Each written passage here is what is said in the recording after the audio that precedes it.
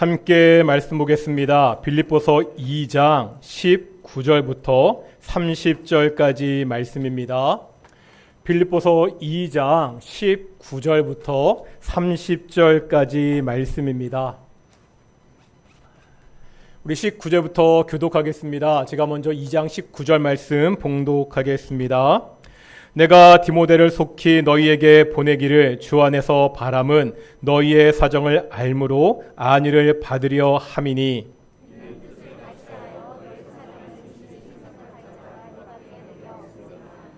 그들이 다 자기 일을 구하고 그리스도 예수의 일을 구하지 아니하되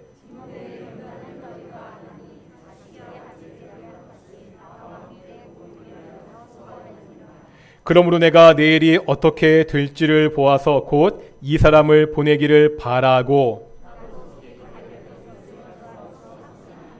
그러나 에바브로디도를 너희에게 보내는 것이 필요한 줄로 생각하노니 그는 나의 형제요 함께 수고하고 함께 군사된 자요 너희 사자로 내가 쓸 것을 돕는 자라.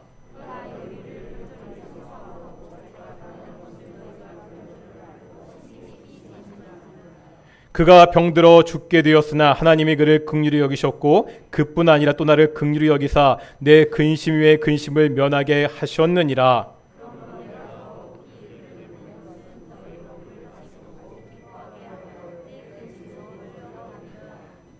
이러므로 너희가 주 안에서 모든 기쁨으로 그를 영접하고 또 이와 같은 자들을 존귀히 여기라.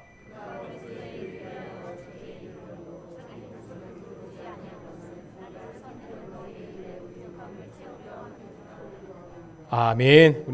이 시간 우리 갈릴리 찬양대 찬양으로 하나님께 영광 돌리시겠습니다. 매주 그러하듯이 오늘도 하나님이 함께 하시는 예배, 성령께서 우리에게 말씀하시는 귀한 예배가 되기를 축원합니다. 물리학에 보면 에너지 보존 법칙이라는 것이 있습니다. 이게 연력학 제1법칙이라고 이야기하는데요. 어떠한 경우에도 에너지의 총량은 변하지 않는다, 이런 법칙입니다. 이것을 패러디해서 여러 가지로 쓸 수 있습니다. 제가 대학교에서 선교단체를 섬길 때의 일입니다. 평소에 모임이 많았습니다. 예배 모임도 있었고요. 또래들, 동기들 성경 공부 모임도 있었습니다. 또 선배들이 후배들을 가르치는 양육 모임도 있었습니다. 리더 모임 중에 선배들의 짐을 좀 줄이자는 이야기가 나왔습니다.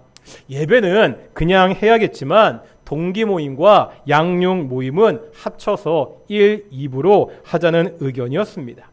이렇게 되면 공동체의 모임이 줄어들어서 조금은 더 여유가 생길 것이라는 생각 때문이었습니다. 이렇게 1년이 지나고 이 시스템에 대해서 이야기하는 시간을 나눴습니다. 결론은 시스템을 바꾸어도 별로 달라지지 않았다였습니다.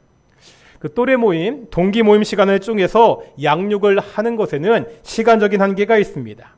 그러기에 제대로 후배들을 양육하자면 주중에 잠시라도 또다시 만나야 됩니다. 이런 이야기를 나누면서 나온 말이 있습니다. 양육시간 보존의 법칙이었습니다. 이런 거죠. 양육시간 보존의 법칙이란 시간을 어떻게 배정하고 어떻게 체계를 만들어도 결국 선배들이 후배들을 위해서 쏟아야 되는 시간의 총량은 변함이 없다, 이런 이야기입니다. 물론 어떤 방법이 더 효율적이라고는 말할 수 있습니다. 그래도 시간을 투자하는 것에는 변함이 없습니다. 사람을 세우고 만드는 양육이라는 것이 결코 기술로 되지 않기 때문입니다. 얼마나 그 사람을 위해서 시간을 쏟았느냐, 거기에 달려 있습니다. 생각해보면 우리가 아는 교회 일이 다 이런 것 같습니다. 우리가 뒤를 좀 더 잘하기 위해서 효율적인 방법을 찾고 만들 수 있죠. 그렇더라도 교회를 섬기는데 한 사람을 세우는 데 들어가는 노력들은 별로 바뀌는 것 같지 않습니다. 아무리 시스템이 좋아도 해야 되는 일 그 자체는 변함이 없습니다. 그 일에 투자해야 되는 우리의 노력은 바뀌지 않습니다. 교회를 섬기는 일에 대한 부담은요, 일은 항상 어느 정도 일정하게 존재합니다. 그러면 어떻게 해야 되죠? 이 부담을 줄일 수 있는 방법은 없습니까? 있습니다. 아주 간단한 방법이 있습니다. 어떻게 하면 우리가 교회 일에 대한 부담을 줄일 수 있죠? 나누면 됩니다. 부담을 100이라고 하겠습니다. 이 부담을 한 사람이 지게 되면 한 사람이 100을 져야 됩니다. 하지만 똑같은 100을 두 사람이 지면 한 사람이 얼마만 지면 되죠? 50만 지면 됩니다. 5사람이 그 일을 나누어 지면 20만 지면 됩니다. 10사람이 그 일을 나누어 지면 한 사람이 10만큼의 부담만 가지면 됩니다. 교회를 섬기기 위한 우리 부담의 총합은 변하지 않습니다. 항상 일정합니다. 하지만 그 일을 나누면 한 사람이 져야 되는 부담은 크게 줄일 수 있습니다. 교회는요, 탁월한 한 사람의 힘으로 운영되지 않습니다.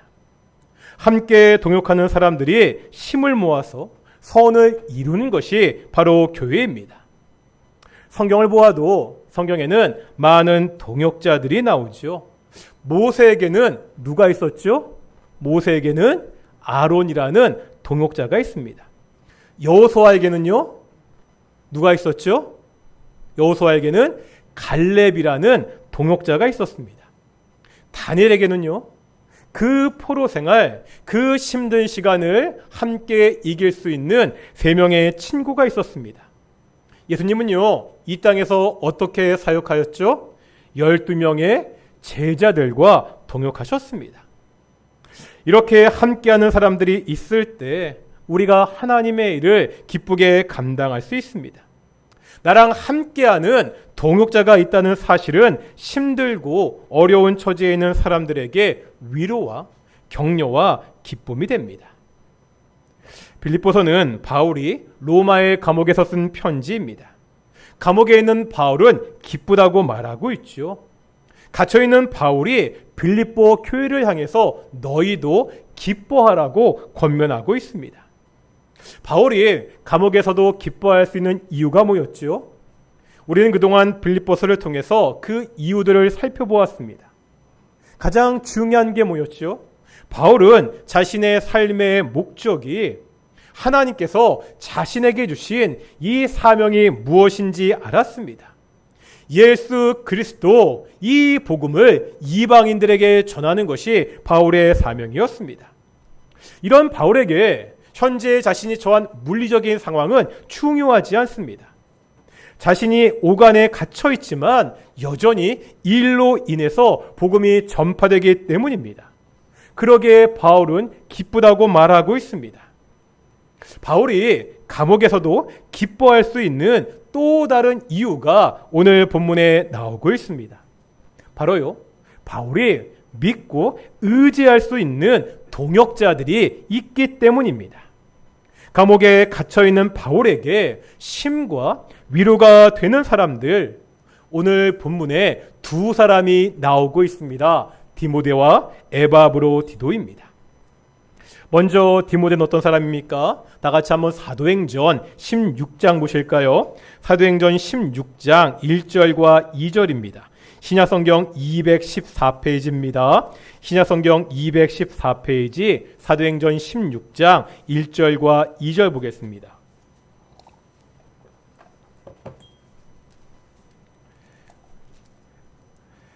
(16장 1절 2절) 214페이지 함께 읽겠습니다. 시작. 바울이 더베와 루스드라에도 이름에 거기 디모데라는 제자가 있으니 그 어머니는 믿는 유대 여자요 아버지는 헬라인이라. 디모데는 루스드라와 이고니온에 있는 형제들에게 칭찬받는 자니.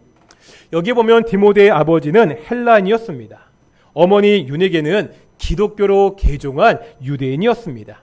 이제 16장 2절에 보니까 이 디모데가 루스드라와 이고니오 교인들에게 칭찬을 받는 사람이었다는 것을 알 수가 있습니다. 바울이 전도 여행을 하면서 루스드라와 더베에 방문했을 때 처음 이 디모데를 만났을 것입니다. 이제 그러면서 고린도전서 보시겠습니다. 고린도전서 4장 17절입니다. 신약성경 267페이지입니다.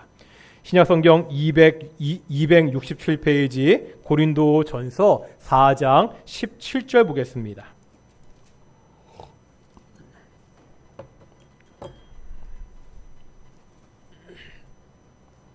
4장 17절 같이 읽겠습니다. 시작. 이로 말미암아 내가 주 안에서 내 사랑하고 신실한 아들 디모데를 너희에게 보내었노니 그가 너희로 하여금 그리스도 예수 안에서 나의 행사 곧 내가 각처 각 교회에서 가르치는 것을 생각나게 하리라. 아멘. 여기 보니까 바울은 디모데를 어떻게 여겼다고요? 아들과 같이 여겼습니다. 바울은 이런 디모데를 고린도 교회에 보내겠다고 이야기합니다. 디모데가 이제 바울이 하는 사역의 중요한 동역자가 되었다는 것을 볼 수가 있습니다. 이제 오늘 본문 19절입니다. 오늘 본문 19절에도 보면 바울이요, 디모데를 빌립보 교회에 보내겠다고 말하고 있죠. 현재 교회가 어떠한지 듣고 내가 안위를 받기 위해서입니다. 지금 감옥에 있는데 이런 바울에게 자신이 사랑하는 공동체의 소식은 큰 격려와 힘이 됩니다. 그러면서 오늘 본문 20절 보실까요? 왜 하필 디모데를 보내는지 설명하고 있습니다. 다 같이 오늘 본문 빌립보서 2장 20절 같이 한번 읽겠습니다. 시작.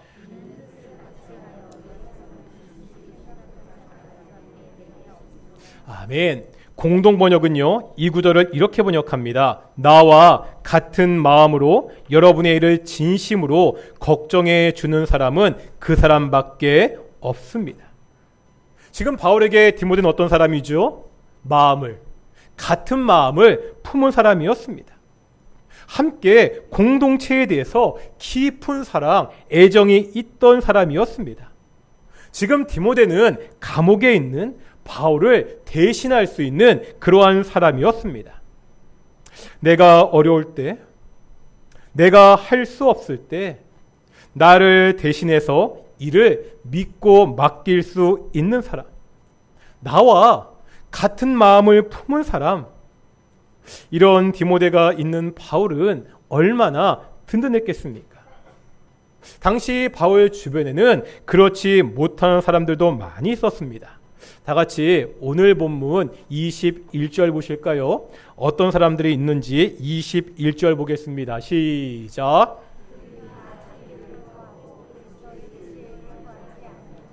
세 번역에 보면 이 구절을 이렇게 번역합니다. 모두 다 자기의 일에만 관심이 있고 그리스도 예수의 일에는 관심이 없습니다.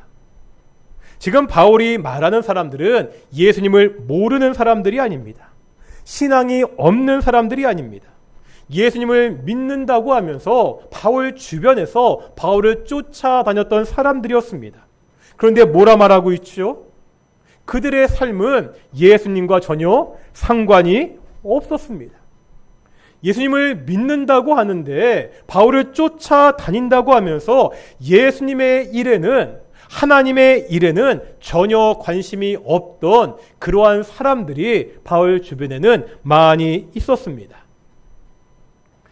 제가 성경 공부나 설교하면서 자주 드리는 말씀이 있습니다.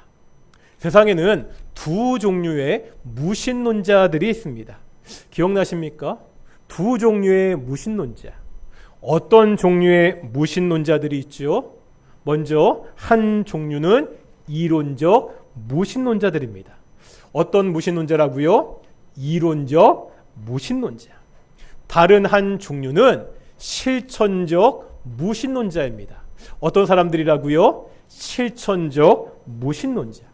차이가 뭐죠? 어떤 차이가 있습니까? 이론적 무신론자는 말 그대로 하나님의 존재를 믿지 않는 사람들입니다. 여러 가지 철학이나 과학적인 생각과 논리를 가지고 신의 존재를, 하나님의 존재를 믿지 않는 사람들입니다. 만들어진 신이라는 책을 쓴 리처드 도킨슨 같은 사람이 현대의 대표적인 사람입니다. 반면에요, 실천적인 무신론자는 다릅니다. 이 사람들은요, 신이 있다고 이야기합니다. 교회도 다니고요, 하나님을 믿는다고 말하고 심지어 주일날 이렇게 나와 예배도 드립니다. 문제는 이들의 삶을 보면 하나님과는 전혀 관계없는 삶을 살아갑니다. 하나님을 믿는다고 하는데, 예수님을 믿는다고 말은 하는데, 자신이 예수님을 믿는다는 그 사실이 그 사람 매일매일 삶에 전혀 영향을 주지 못하고 있습니다. 어떤 사람들이죠? 오늘 본문에 나와 있는 그리스도 예수의 일에는 전혀 관심이 없는 사람들입니다. 바울은 예수님을 믿는다고 하면서 예수님과 상관없이 사는 사람들, 하나님을 믿는다고 말은 하지만 실제로는 그 삶을 통해 하나님을 믿지 않는 그 사람들에 대해서 이야기하고 있습니다. 그러면서 이제 그 다음에 이 사람들과 달리 디모데는 어떠한 사람이었는지 우리에게 설명하고 있죠. 오늘 본문 22절 보겠습니다. 22절입니다. 같이 읽겠습니다. 시작.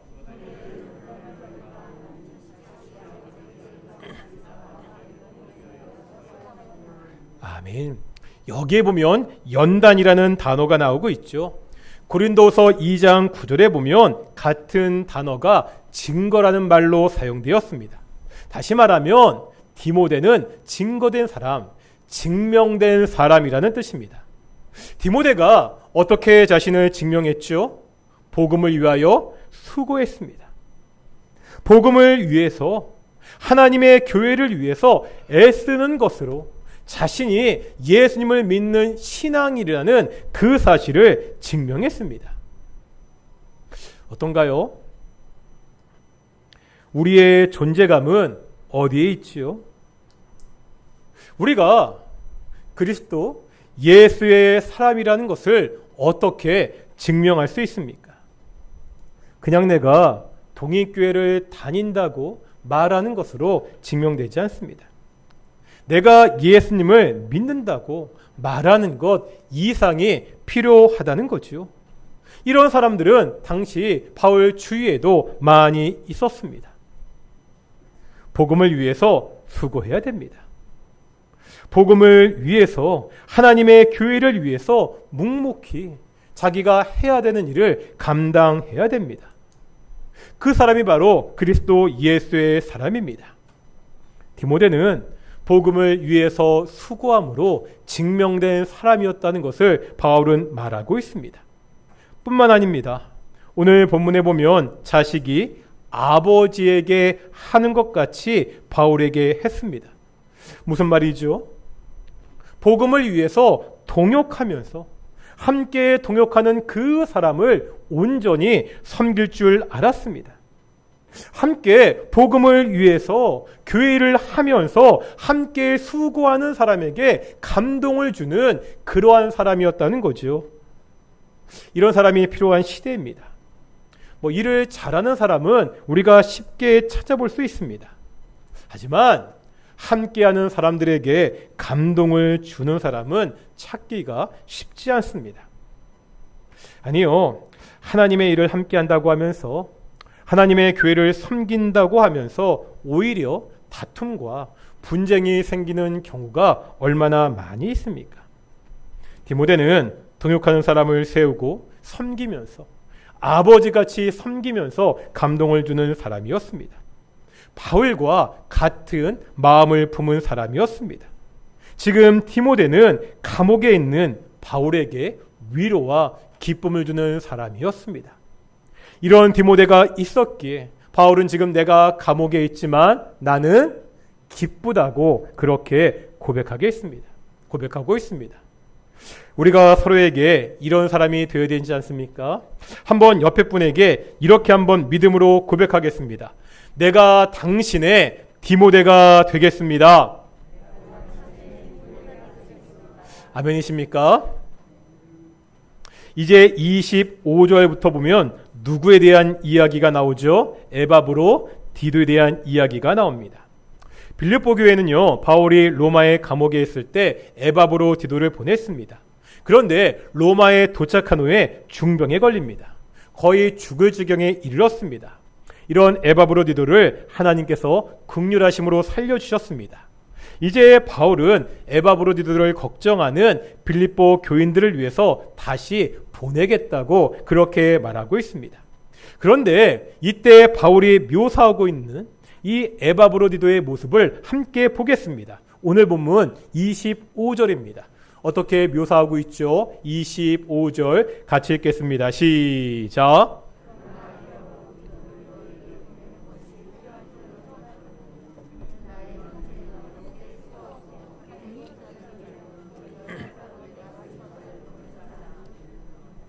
어떤 사람이었습니까? 어떻게 소개하고 있죠? 나의 형제요, 함께 수고한 자요, 나와 함께 군사가 되었고 너희의 사자로 나의 쓸 것을 돕는 자라, 이렇게 소개하고 있습니다.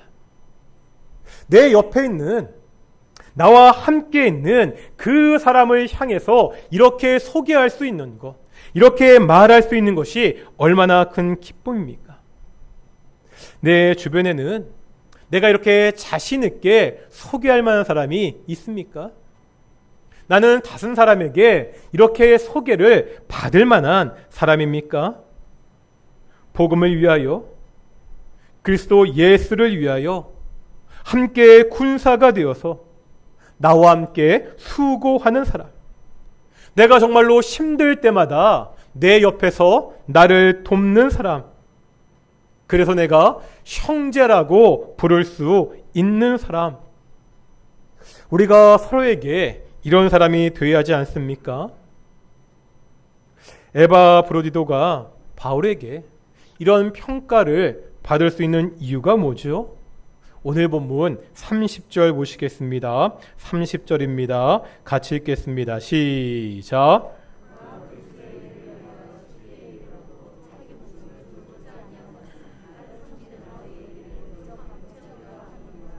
아멘. 한마디로 말하면 에바브로디도는 어떤 사람이었다고요? 죽도록 충성한 사람이었습니다. 하나님이 자신에게 맡겨진 그 일을 감당하기 위해서 예수 그리스도가 피로 세우신 그 교회에 주어지는 일을 위해서 자신의 목숨을 버리기까지 충성한 사람이었다고 바울은 말하고 있습니다. 오늘날 교회 안에서 이러한 충성, 이러한 신실이 어느 때보다 요청되는 시대입니다. 저마다 다들 바쁘다고 이야기합니다. 아니, 정말로 다들 바쁘고 힘든 것이 현실이고 사실입니다. 그러다 보니까 하나님의 교회를 향한 우리의 신실함과 성실함과 충성을 점차 찾아보기가 힘들어지고 있습니다. 오늘날 교회에도 이런 에바브로디도와 같은 동역자가 필요합니다. 우리가 서로에게 이런 에바브로디도와 같은 동역자가 되어야 됩니다. 이제 한번 이렇게 인사해 볼까요? 이제 이름이 조금 어렵죠? 발음 잘 하시고요. 내가 당신의 에바브로디도가 되겠습니다. 우리 다른 사람들 보시면서 다른 쪽 향해서 시작. 내가 당신의 에바브로디도가 되겠습니다. 오늘 우리는요, 감옥에 있는 바울에게 위로와 기쁨을 주었던 두 사람을 보았습니다. 우리는 서로에게 어떤 사람들입니까? 서로가 복음 안에서 예수 그리스도 이 공동체 안에서 기쁨을 주는 사람들입니까? 내가 힘들고 어려울 때 서로가 서로에게 위로가 되는 사람들입니까? 제가 단톡방에다 해바라기라는 그룹에 행복을 주는 사람이라는 노래를 올렸습니다. 혹시 들어보셨나요? 옛날 노래인데 제가 노래를 불러드리면 참 좋겠지만 서로 참 민망하기 때문에요. 그냥 제가 가사를 읽어드리겠습니다. 가사가 이렇습니다. 내가 가는 길이 험하고 멀지라도 그대 함께 간다면 좋겠네. 우리 가는 길에 아침 햇살 비추면 행복하다고 말해주겠네. 이리저리 둘러봐도 제일 좋은 것, 그대와 함께 있는 것, 그대 내게 행복을 주는 사람, 내가 가는 길이 험하고 멀지라도 그대 내게 행복을 주는 사람, 때론 지루하고 외로운 길이라도 그대 함께 간다면 좋겠네. 때론 즐거움에 웃음 짓는 나날이어서 행복하다고 말해주겠네. 이리저리 둘러봐도 제일 좋은 건 그대와 함께 있는 것. 어떻습니까? 우리 동인교회가 서로에게 행복을 주는 사람이 되었으면 좋겠습니다. 내가 가는 길이 비록 험하고 멀지라도 내 옆에 있는 이 사람이 함께 갔으면 정말로 좋겠다. 내가 외롭고 힘든 길을 걸어가고 있지만 내 옆에 있는 나와 동역하는 이 사람 때문에 내가 정말 행복하다. 이 힘든 세상에서 그리스도 예수의 일을 위해서 함께 수고하는 사람들, 이 함께하는 수고를 통해서 서로에게 기쁨이 되는 사람들, 지치고 낙심한 사람들에게 위로와 격려가 되는 사람들, 서로에게 행복을 주는 사람들, 우리 동인교회가 되기를 축원합니다. 사랑하는 우리 동인교회 안에 디모데와 에바브로디도와 같이 서로에게 행복을 주는 사람들이 많아지기를 소망합니다.